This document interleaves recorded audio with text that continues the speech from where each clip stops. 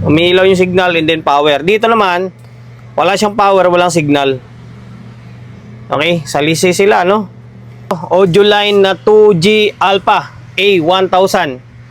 Okay, audio line 2G Alpha A1000 professional power amplifier. By the way, shout out and then maraming salamat sa may-ari nito na pinagkatiwalaan tayo na gawin yung unit nila all the way from Cavite. Galing Cavite pa to, dinala ng tropa rito sa atin.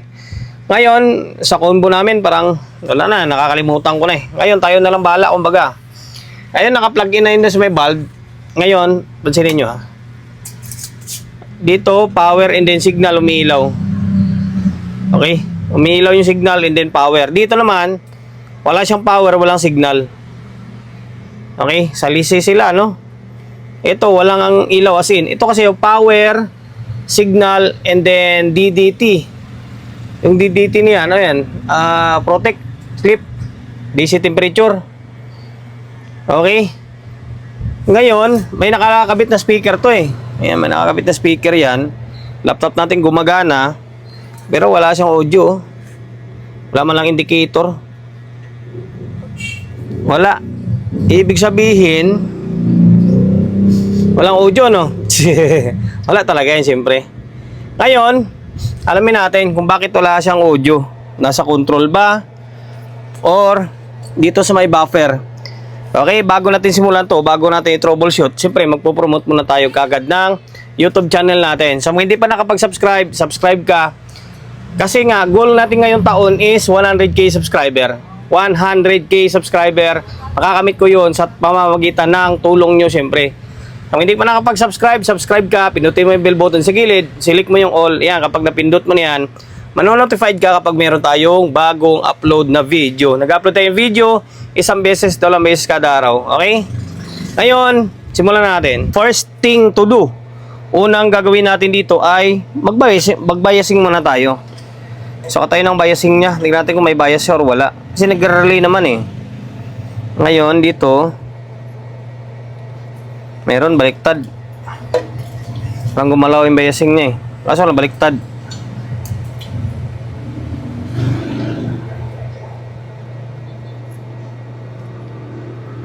Yan, meron siya oh. Sa 0.26 ito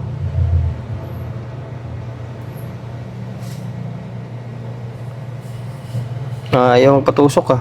Uy, bakit parang mataas? Dating dito ayan, normal lang. Ayan oh, nasa 0.27 or nasa 0.3 na. Pagpo 0.3 normal yung bias niya, no?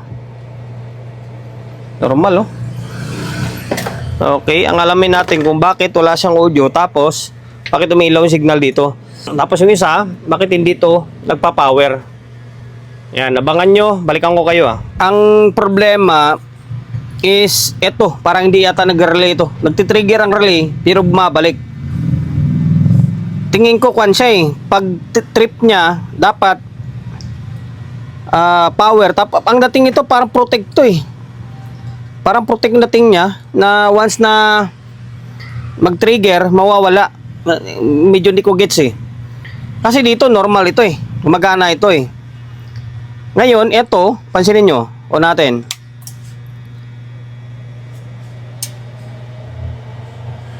Yan, nag-trigger siya. Dapat ganyan siya oh. Di ba? Kasi binunot ko tong mga supply nyo. O yun, bumalik yung relay. Umilaw naman siya ulit. Di ba? O, dalawa na lang yung nag-trigger, ito tsaka ito. Kailangan, pag on niya, mawawala itong power na to. Ang dating ito parang protect eh. O, ulitin natin. On. Dapat mag-relay yan. Oh, hindi nag-trigger ang relay, hindi siya bumaba. Okay? Ngayon, tinanggal ko na yung mga supply na matataas oh. Pinag-ambing natin. Ngayon, mag-focus tayo sa may, baka dito sa may relay section lang. Dahil naasar ako, tinatamad ako magpa-isa sa check. Kaya ginawa ko, pinampalitan ko na lang lahat. Dami ko namang transistor ng ito eh. A42 tsaka A92. Isang A92 dito, A92 to. A42, 42, 42, 42, 42, F42 ito. At pili naman palitan ng 5551 yan. Marami naman akong stock ng 42 tsaka 42 eh. May 551 din ako, pero nakalagay dyan is 42, ayan oh. Pero 551 pwede yan. Pwede mong palitan ng 551. Tapos ito A92 naman to. Nakasulat siya, A92. Yan, A92. Ito siya, oh. Yan. 5401 naman pwede pamalit dito. Ngayon, tingnan natin kung kung ano siya, kung hindi na babalik or mag-steady na. Sana maging normal na. Tinanggal ko ulit. Kasi, wala, umilaw pa rin yung, umilaw pa rin yung signal dito. Ngayon, race na tayo. Ito, pinag-aambing-ambing na natin. Meron tayong nakitang kakaiba rito. Ito, na to. Pangalawang diskarte na natin to. Sabi ko nga, lagi ko naman tinuturo to. Kapag hindi makuha sa technique na isang galaw lang, sa pangalawang galaw ka, next mo, bis ito, buo ito. Paghambing mo na ngayon yung nila, yung mga parts nila, kung alin yung naiba. And then ito, pinagpalit ko na kanina to.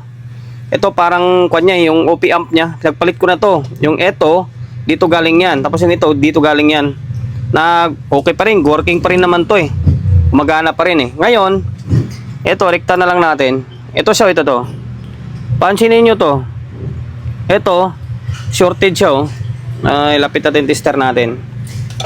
Kaso lang, wala na kasing stand to eh. Nasira yung stand niya. Ganyan na lang. Kita naman eh. Pag ganito siya oh, tingnan nyo, short to. Sana ito lang yun. Shorted siya, di ba? Pansinin nyo dito. Itong isa. Ito. Hindi siya short, di ba? Hindi siya shorted oh. Ngayon, i-reverse ko yung tester natin. Reverse natin para mas makita nyo. Ito. Shorted pa rin siya oh. Ngayon ito, pag ni-reverse natin itong test prod, pansinin nyo. Tataas yung galaw pero hindi siya short. Ayan oh. Okay. Value naman ito. Sumin natin.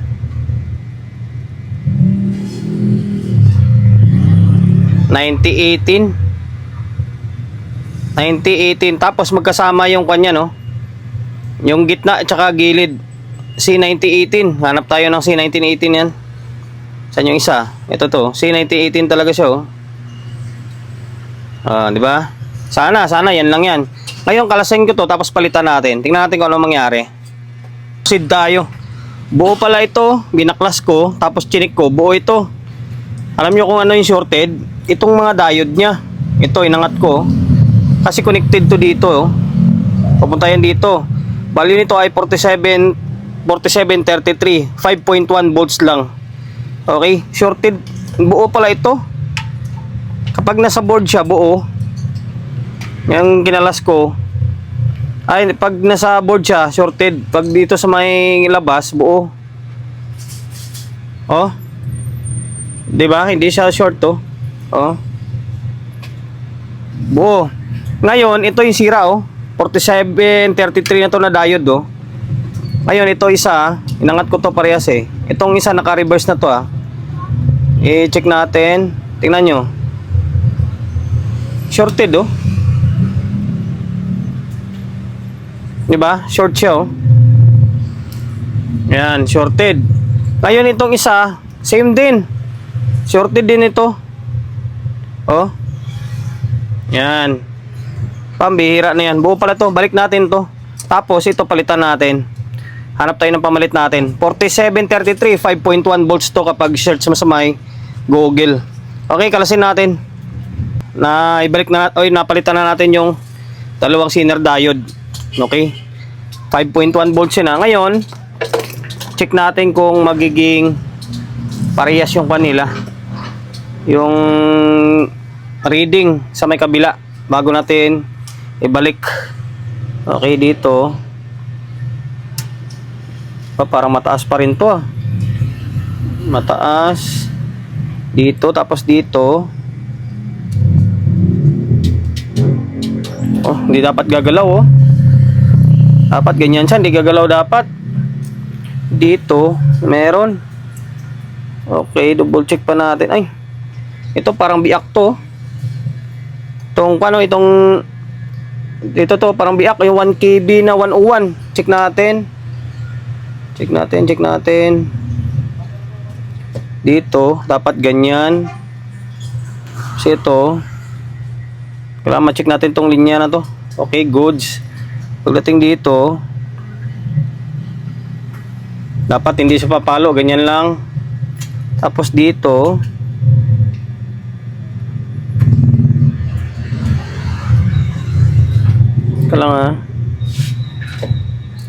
hindi natin matusok na maayos eh.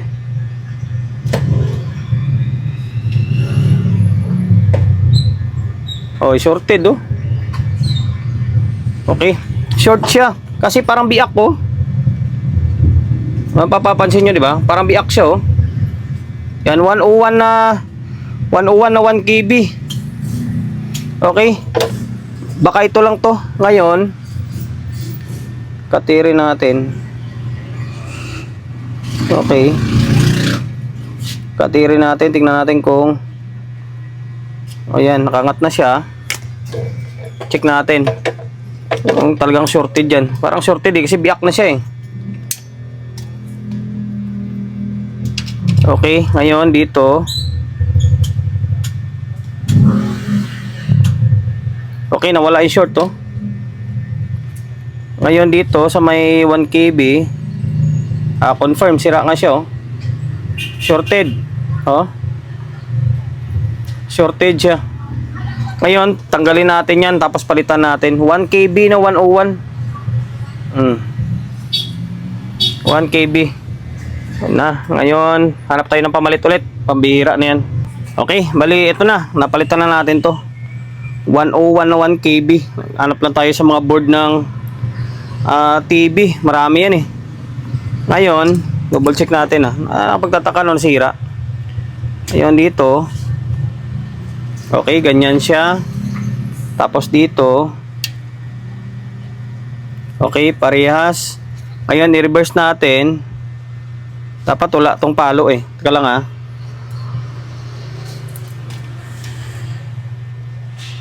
Dapat, ayan nag-goods na siya Hindi na siya gumalaw Ayan, gumalaw makunti-kunti lang. Okay, maaaring goods na yan. Ngayon balik natin, testing natin. Sana maging normal na or wala na ibang problema. Balik na natin yung dalawang board. Ayan, ngayon switch on natin. Okay. Pansinin nyo, nawala na yung green nyo. Nawala na yung signal Diba? Nawala na yung signal. Nawala na rin yung protect. Yung power nito para protect nagkamali lang ng sulat. Katulad sa ibang mga amplifier, di ba, na pag on mo, magpo-protect muna. Kapag mag-trigger ang relay, saka bababa siya. Parang ganun din. Kaso lang, power lang nilagay nila dito. Yan, hindi na siya bumabalik. Wala na rin signal. Ngayon, may audio input yan, tapos may speaker. Gumagana yung laptop natin. Pansinin nyo. May audio na May signal na rin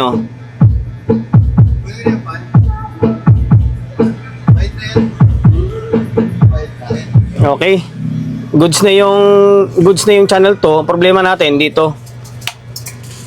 Yung isa, dapat pag on mo is ilaw ito. Ngayon ito parang hindi. Sige, bayin natin to. Same lang din gagawin natin. Baka nasa relay section lang yung problema niyan, yung mga A42 tsaka A92. Okay, ang importante goods nito dito. Dito may audio naman to Yung gusto ko lang yung indicator maging kapares sa kabila. Katulad nung sa kanina sa may kabilang side, dahil nabuwisit ako, pinalitan ko na lahat. Sabi ko sa inyo, marami naman akong stock Yan, pinalitan natin lahat to, bago lahat to. Ayan puputol ko na lang to. Okay? Ayan, sana tumino na. Kapag hindi pa rin tumino to, di uwian na. Okay? Ayan, double check na lang natin Okay, ngayon balik natin. Tingnan natin kung ano mangyari. Ito, pahabol pa pala. May na-check pa pala ako dito sira nung dinouble check ko. 8.2 volts.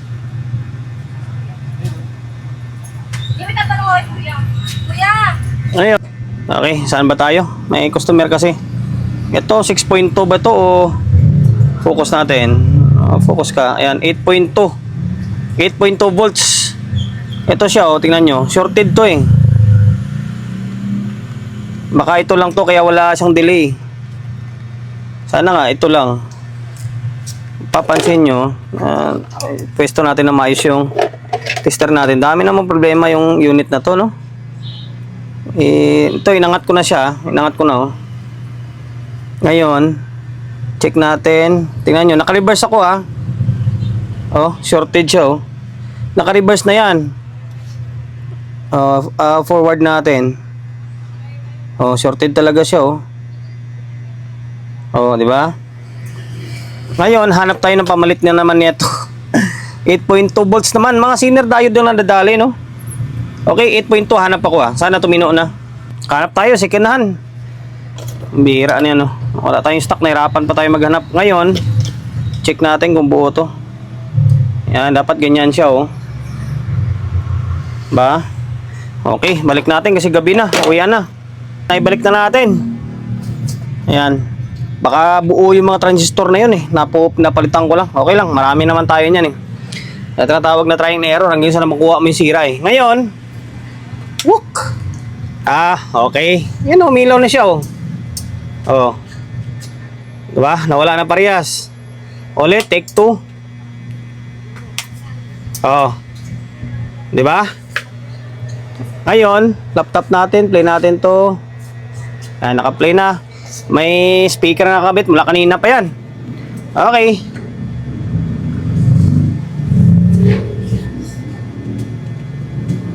Walang audio. Nangyari. Dito meron, ah. Dito sa isa, parang walang audio.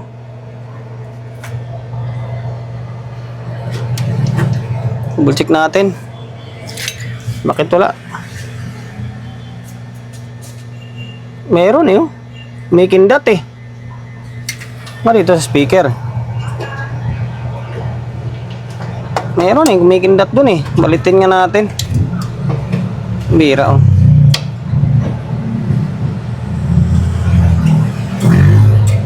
Dito. May kindat yung signal dun eh. Meaning, may audio yun, di ba? Meron. Meron, oh. Parehas, oh. Channel to meron. Dito lang sa may speak on.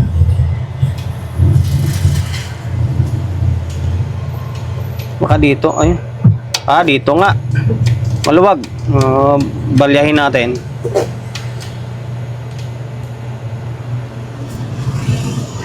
Meron na ganina. Ayun. Maluwag lang pala. Okay. Oh, meron na. Hindi lang gano'ng makita kasi kulay green na mahina, oh. Meron siya, oh. Oh.